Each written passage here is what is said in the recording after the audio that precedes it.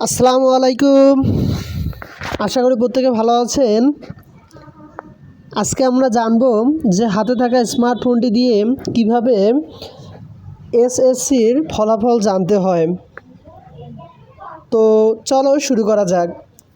তো আমি সর্বপ্রথম যাব গুগলে। তারপর আমি সার্চ বারে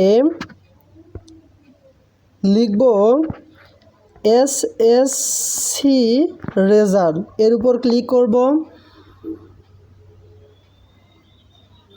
তারপর এখানে সর্বপ্রথম আমরা দেখতেছি এডুকেশন বোর্ড রেজাল্টস। এটা এডুকেশন বোর্ড, এই ওয়েবসাইটটির উপরে ক্লিক করতে হবে। তো এরকম একটা ইন্টারফেস আমরা দেখতেছি। এটা মিনিস্ট্রি অফ এডুকেশন। তো এখানে সর্বপ্রথম বলতেছে এক্সামিনেশান, পরীক্ষা, এর উপর ক্লিক করতে হবে। যেহেতু আমরা এসএসসির ফলাফল দেখব, তো এর উপর আমরা ক্লিক করব। তারপর ইয়ার। তো যেহেতু আমি 2018 সালে পরীক্ষা দিয়েছি, তাই এই সালটি আমি সিলেক্ট করব।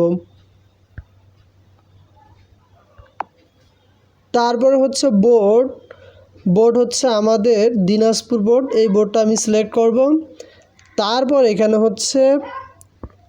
রোল নং। তো রোল নংটা আমাদেরকে এখানে লিখতে হবে 231747। তো আমার রেজিস্ট্রেশন নং 1417724396। তো আমি লিখলাম। তারপর এখানে 3+9, এটা যোগফলটা কত, 12। এখানে 12 লিখতে হবে।